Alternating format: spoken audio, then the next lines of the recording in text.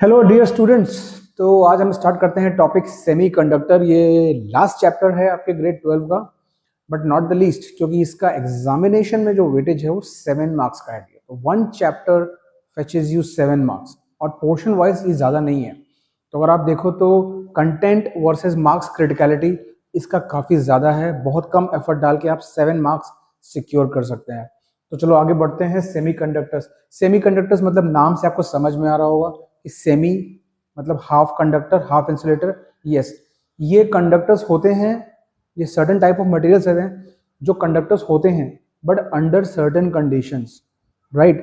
तो लाइफ में सेमीकंडक्टर्स हमें क्यों चाहिए? लाइफ में हमें सेमीकंडक्टर्स इसलिए चाहिए कि बहुत सारी इलेक्ट्रॉनिक डिवाइसेस ऐसी होती हैं जिनमें हमें कंट्रोल्ड फ्लो ऑफ इलेक्ट्रॉन चाहिए होता है। कैसा चाहिए होता है?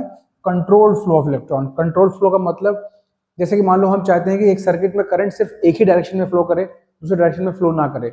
अभी ये काम एक कंडक्टर आपको नहीं कर सकता। ये फीचर आपको एक कॉपर के वायर से नहीं मिल सकता है। कॉपर का वायर अगर कंडक्टर है तो वो दोनों डायरेक्शन में इक्वली कंडक्ट करेगा इलेक्ट्रिसिटी, जबकि सेमी कंडक्टर्स इस चीज को प्रोवाइड करते हैं। ये एग्जाम्पल दिया मैंने, और भी the amount of current flow, right, वो सारी चीजें आप कंट्रोल कर सकते हैं सेमी कंडक्टर्स से। तो आगे बढ़ते हैं।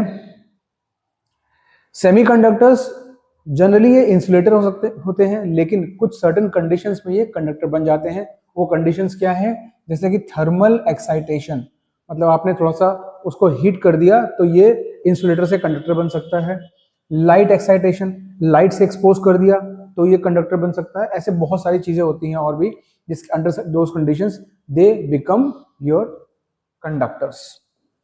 चलो एक बार कंडक्टिविटी के बेसिस पे सेमीकंडक्टर्स, कंडक्टर्स और इंसुलेटर का क्लासिफिकेशन देख लेते हैं। ये स्लाइड मैंने इसलिए डाली है, कई बार बोर्ड एग्जाम में स्ट्रेट क्वेश्चंस आते हैं इस डेटा पे, इसलिए इसको एक बार देख लेते हैं कि क्लासिफिकेशन बेसिस कंडक्टिविटी। तो पहले तो सबसे ऊपर आते हैं हमारे मेटल्स, जिनकी रेजिस्टिविटी 10⁻² से -8 के ऑर्डर की होती है, जबकि conductivity is nothing but reciprocal of resistivity, ये होती है 10⁻² टू 10�8। मतलब आप देख रहे हो काफी ज्यादा इनकी कंडक्टिविटी है।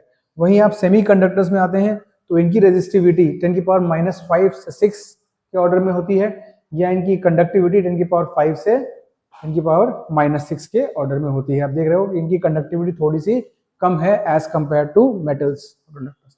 फिर लास्ट में आते हैं हमारे इंसुलेटर्स। इनकी रेजिस्टिविटी बहुत ज्यादा होती है 10⁻11 से 19, या फिर कंडक्टिविटी -11 टू -19, मतलब ये as good as no conduction है। ठीक है, तो ये आप वैल्यूज को याद रखिए, कभी कभी इस पे स्ट्रेट क्वेश्चंस आ जाते हैं। ठीक है, आगे बढ़ते हैं। अब ये क्लासिफिकेशन जो है ना आपका, क्लासिफिकेशन बेसिस कंडक्टिविटी, ये यहाँ से हम एक खाली ब्रॉड और एक हेजी क्लासिफिकेशन ड्रॉ करते हैं कि भाई ये कंडक्टर है, ये सेमीकंडक्टर, ये इंसुलेटर है।